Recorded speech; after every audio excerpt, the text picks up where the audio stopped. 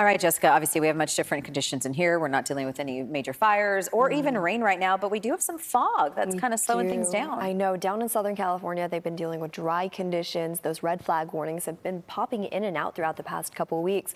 But back here in the Bay, our big weather story, well, last weekend, of course, we knew was the storms.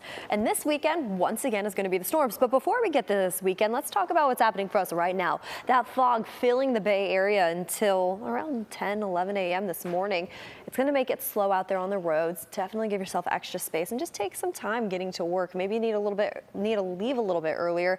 Maybe you wait until that fog starts to lift. But either way, get out there, be safe there. As we head into this afternoon, all around me, you see that gray.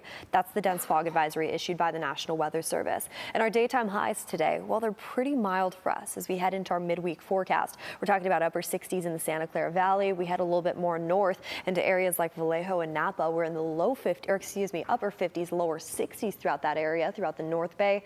And we'll see similar conditions throughout the afternoon hours today and tomorrow, lasting into our Friday forecast. But before we get to Friday, let's talk about what's happening for us throughout the next couple days. I mean, we're still dealing with that thick tule fog just throughout the Sacramento Valley that pulls into the Delta. It starts to dissipate into the afternoon hours today, of course, but then we're just left with a blanket of clouds.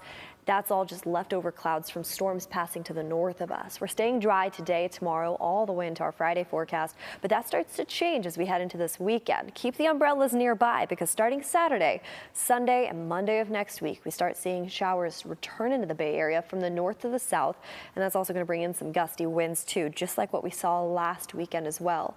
So here's the big weather story for us right now. Behind me, you see all those gray skies.